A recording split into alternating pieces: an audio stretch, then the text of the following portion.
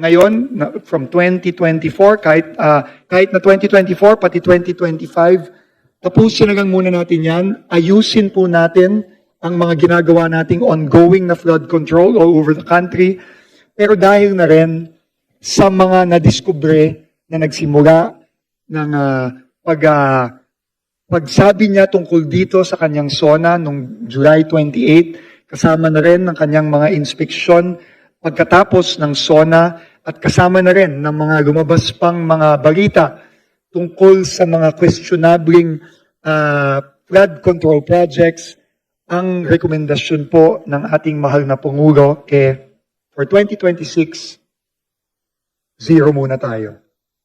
At yun po, sinunod po natin to the letter. Kaya po, wala pong locally funded flood control project dito sa bagong isinumiting budget ng DPWH na nagkakahalagang 625.7 billion pesos. Pero syempre po, meron po tayo, at naiintindihan naman din po ito ng ating Pangulo, meron po tayong roughly about 15.7 billion na foreign-assisted flood control projects.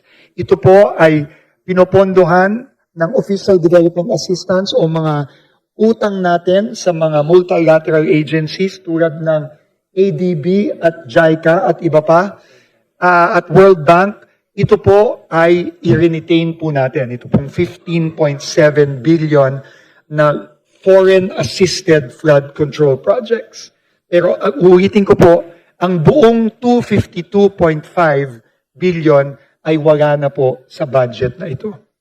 Next slide. Aparte po dito, ayon na rin sa utos ng ating Pangulo na rebisahin ang budget ng DPWH for 2026 at sa tulong na rin po ng iban po nating mga honorable members ng Kongreso who have brought these issues out in previous hearings. We have tried our best to remove the following: duplicate projects, completed projects that are still receiving fund, that has still been allocated funding for 2026. Overlapping sections in road projects, yung pong mga minsan facing o mga paghihiwalay ng mga proyekto. At hindi na rin po natin pinayagan ang mga projects na minention na rin po ng ating Pangulo at ng ilang na rin pong miyembro ng House of Representatives, yung pong projects tulad ng rock netting, cat's eye, road studs, etc. Tinanggal na rin po natin yan. Kung meron pa pong mga makita kayong nandyan, baka lang po ito ay nakaligtaan given the limited time na naibigay po sa amin.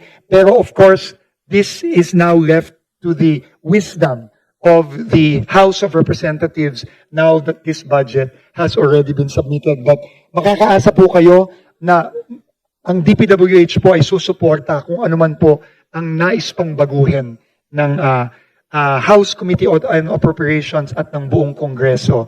Kung meron pa po kayong makitang hindi na isama dito sa mga pagbabagong ito. Next slide, please.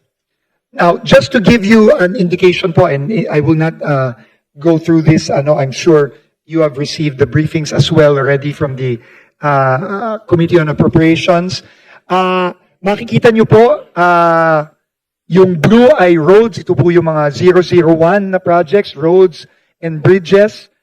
Yung pong green ay flood control at yung iba po ay others. Ito na ho yung mga feasibility studies, mga iba pong mga ibang mga proyekto pa po, no, na nakasama sa DPWH budget. Makikita nyo po, halos wala na po talagang natira sa flood control. As you can clearly see, ang natira na po sa green ay yun lang 15.7 billion na foreign-assisted flood control projects.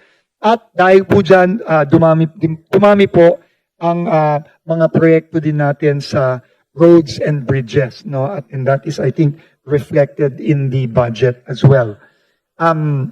Next slide, please.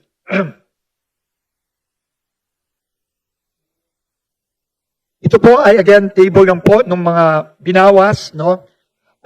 Nagbawas din po tayo ng konti sa ating foreign assisted projects. Ito na rin po ay kasama na rin sa aming mga deliberations with the initiated by the new leadership of DPWH, primarily po on budget utilization po. No? Alam naman po natin, critical din po, ang sabi din ng ating Pangulo, na kailangan mapakita din po ng lahat ng ahensya ng gobyerno na yung i-allocate na pondo sa iba't ibang mga departamento para sa iba't ibang mga proyekto, mapapatunayan po ng mga ahensyang ito kasama ng DPWH na kaya po itong gastusin ng tama at ng mabilis.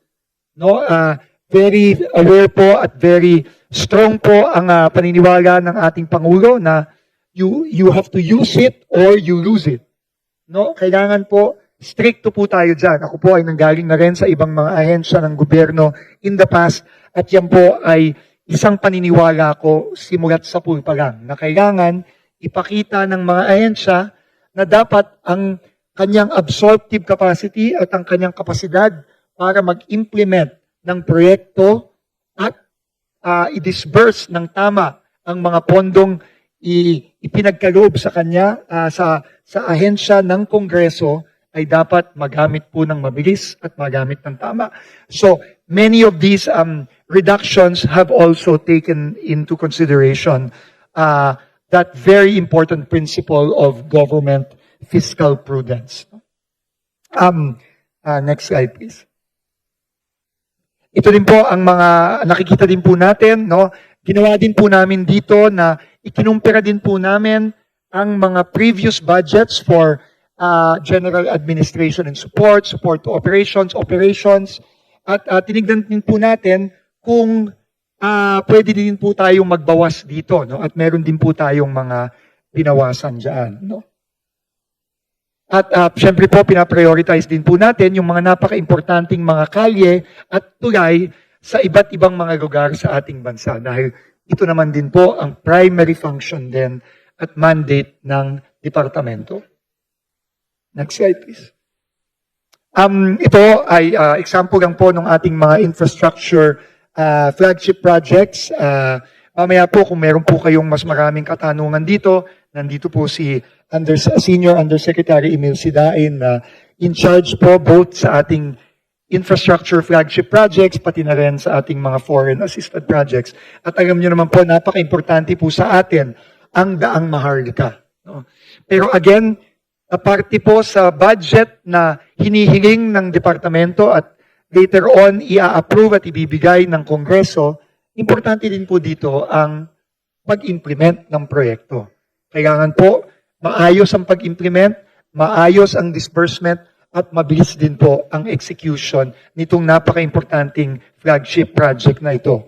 Kasama na rin po dito yung Nautical Highway Network Improvement, kasama na rin po yung marami nating mga bridges, no, na gagawin natin. Kasama na po dyan yung mga malalaking flagship projects tulad ng Bataan-Cavite Link Bridge, ang Panay-Guimaras Negros Bridge, ang Davao-Samal Bridge, ang ating Panglao-Tagbilaran Bridge, at iba po ang ating Cebu-Mactan Bridge, at iba, ang Pangil Bridge din po. No? Marami din po, at iba po nating mga bridges sa Mindanao. No, importante din po ito at kailangan din pong hindi lang mapondohan ng tama, kundi responsibilidad po ng DPWH na mabilis at maayos ang execution ng mga proyektong ito. Next slide, please. At ito po, no, ang breakdown ng ating mga infrastructure flagship projects, no, at ang mga cost ng 74 projects na ito. Next slide, please. At ito po, nais lang pong i-report ng ating Senior Undersecretary, si Undersecretary Emil, ang mga completed projects na po natin. Dito po, natapos lang po ito. Ngayong panahon ni President Bongbong Marcos, ang Pangil Bay Bridge, ang Pasig Marikina River Channel Improvement Project, ang arterial road bypass sa Plaridel, no? Ang Plaridel bypass po natin sa Bulacan. Ang integrated disaster risk reduction and adaptation measures, no? sa Pampang Bay, ang Samar Pacific Coastal Road, ang flood risk management project din po sa Cagayan de Oro. Lahat po ito ay completed na po. Next slide. So yun po, no? Maraming salamat po. Ito po yung aming report. Pero bago po ako mag-end, if I may just say, Madam Chair, first of all, I really want to thank wholeheartedly po all the support that the Committee on Appropriations has given to DPWH. You have given us a lot of inputs that have really helped us craft, I think, this unprecedented budget, which I think reflects our common goals to really clean up the department, beginning with the budget from top to bottom, as the President has mandated us to do, but more importantly, to really make the budget process more transparent and more accountable to really and truly reflect the needs of our people. One last item na lang po, no? At ito po ay sasabihin ko na po sa ating mga mambabatas dahil alam ko ito ay nabigla po kayo dito. Kung maaalala nyo po, sinadjust po mismo ng ating chairperson, Mika Swansing, nung ating nakaraang hearing, na ang flood control, kung pwede pong gamitin natin ang science-based approach, no? Specifically to use the data and inputs from Project NOAA, which is probably the most reputable institution, no, based out of the University of the Philippines, no. At alam ko po na marami pong mga members ng House of Representatives ay nag-propose po ng mga flood control projects para sa base sa Project NOAA, lalong-lalo na sa mga red zones. Pero po, tingin ko po ang recommendation ng ating Pangulo na kailangan po nating sundin, no, is really coming from the belief that, number one, meron na po tayong mga ongoing na flood control at dapat yun po muna ang ating pagtuunan ng pansin, especially given the questionable issues that have been raised against these flood control projects all over the country. And since there are still ongoing projects, DPWH is, and the people of the country are better served in focusing on ensuring the proper implementation of all these ongoing projects. But I think more importantly, the President is sending a very, very clear message to the people that we need to tell the people that we will clean this up. And we will clean this up now. And I think that is where the President is coming from. Gusto po niyang magsimula ng mag-build ng trust. Hindi lamang sa DPWH, kundi sa buong gobyerno. Para po makita ng ating mga kababayan na tayo pong lahat ay seryoso dito sa kailangan nating gawing paglilinis, dito sa mga nakita at nasiwalat na mga naging problema sa mga flood control projects. At dahil dito din po, sinigundahan pa po ng Pangulo na yung mawawalang pondo sa DPWH na galing sa flood control, yung pong 252.5 billion pesos, which represents almost a third of the DPWH budget, ay dapat po hindi na gamitin sa DPWH. Siya po, nung Lunes lang, the day that we were actually supposed to submit, no, our deadline, no, on Monday, September 15, the President, in his press conference, himself presented to the public a menu of his recommendations to Congress kung saan po sana pwedeng dun na lang gamitin yung 252.5 billion na mawawala sa DPWH from flood control, locally funded flood control. Kasama na po dyan ang mga programa at proyekto sa agrikultura, lalo na po yung 20 peso rice program ng ating Pangulo.